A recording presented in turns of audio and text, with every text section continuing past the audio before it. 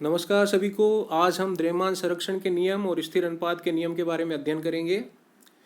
लेवोसिए तथा प्राउस्ट नामक दो वैज्ञानिकों ने विभिन्न प्रयोगों के आधार पर रासायनिक संयोजन के दो नियम दिए, जिसमें पहला नियम था द्रव्यमान संरक्षण का नियम, जिसे लेवोसिए नामक वैज्ञानिक ने दिया। दूसरा था स्थिर अनुपात का नियम, उसे प्राउस्ट नामक वैज्ञानिक ने दिया। पहला है द्रव्यमान संरक्षण का नियम। किसी रासायनिक अभिक्रिया में क्रिया से पूर्व तथा क्रिया के पश्चात द्रव्यमान में कोई अंतर नहीं आता, इसे द्रव्यमान संरक्षण का नियम कहते हैं। द्रव्यमान का न ही सर्जन हो सकता है तथा न इसे नष्ट किया जा सकता है, परंतु वह आपस में पुनर्व्यवस्थित अवश्य हो सकता है।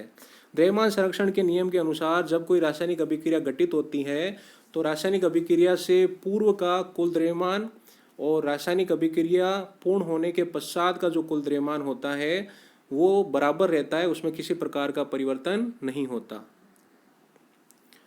द्रव्यमान संरक्षण के नियम को हम उदाहरण से समझते हैं। पहला उदाहरण है जिसमें हाइड्रोजन और ऑक्सीजन की क्रिया से H2O यानी कि जल बन रहा है। इसमें रासायनिक अभिक्रिया से पूर्व कुल द्रव्यमान और पश्चात कुल द्रव्यमान निकालते हैं। यहाँ पे हाइड्रोजन परमाणु की संख्या है 4, हाइड्रोजन का परमाणु भार है 1, तो 4 × 1 ये हो गया 4। यहाँ पे ऑक्सीजन परमाणु है 2, ऑक्सीजन का परमाणु भार है 16, तो 2 × 16 यानी कि 32। 4 और 32 मिलके हो गया 36। यहाँ पे हाइड्रोजन परमाणु की संख्या है 4 और हाइड्रोजन का परमाणु भार है 1, तो 4 × 1।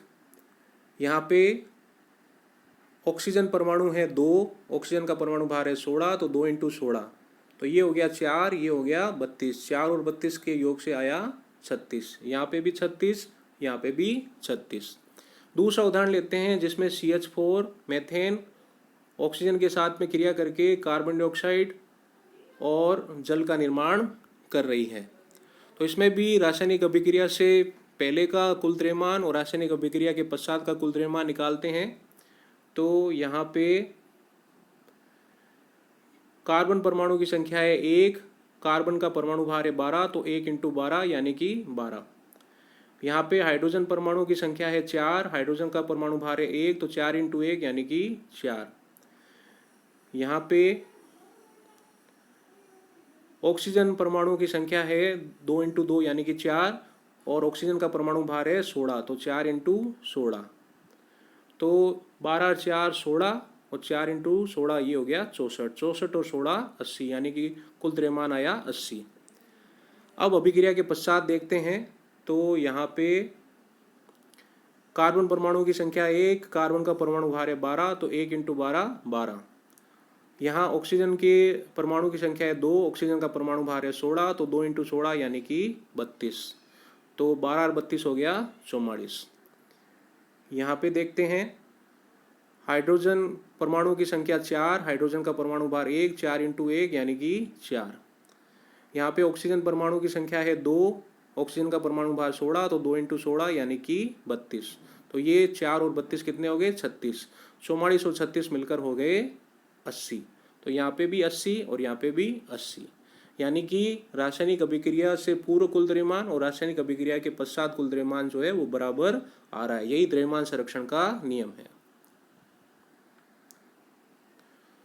अगला स्थिर अनुपात का नियम। लेवोसिए एवं अन्य वैज्ञानिकों ने इस बात पर प्रकाश डाला कि कोई भी यौगिक 2 या 2 से अधिक तत्वों से निर्मित होता है। इस प्रकार प्राप्त यौगिकों में इन तत्वों का अनुपात स्थिर होता है, चाहे इसे किसी स्थान से प्राप्त किया गया हो अथवा किसी ने भी इसे बनाया हो। कहने का तात्पर्य ये है कि जब भी किसी यौगिक का निर्माण होता है तो यौगिक के निर्माण के समय उस यौगिक में उपस्थित जो विभिन्न तत्व होते हैं वो आपस में एक निश्चित अनुपात में, निश्चित भाग में आपस में मिलकर उस यौगिक का निर्माण करते हैं, और वो जो अनुपात जो होता है वो हमेशा निश्चित रहता है, वो परिवर्तित नहीं होता। अब स्थिर अनुपात के नियम को उदाहरण से समझते हैं। पहले हम जल H2O के बारे में अध्ययन करते हैं। जल में हाइड्रोजन और ऑक्सीजन का अनुपात निकालते हैं। जल में हाइड्रोजन के परमाणु हैं 2 और हाइड्रोजन का परमाणु भार है 1, तो 2 × 1 यानी कि जल में हाइड्रोजन का भाग हो गया 2 और जल में ऑक्सीजन परमाणु है 1, ऑक्सीजन का परमाणु भार है 16, तो ये आ गया 16।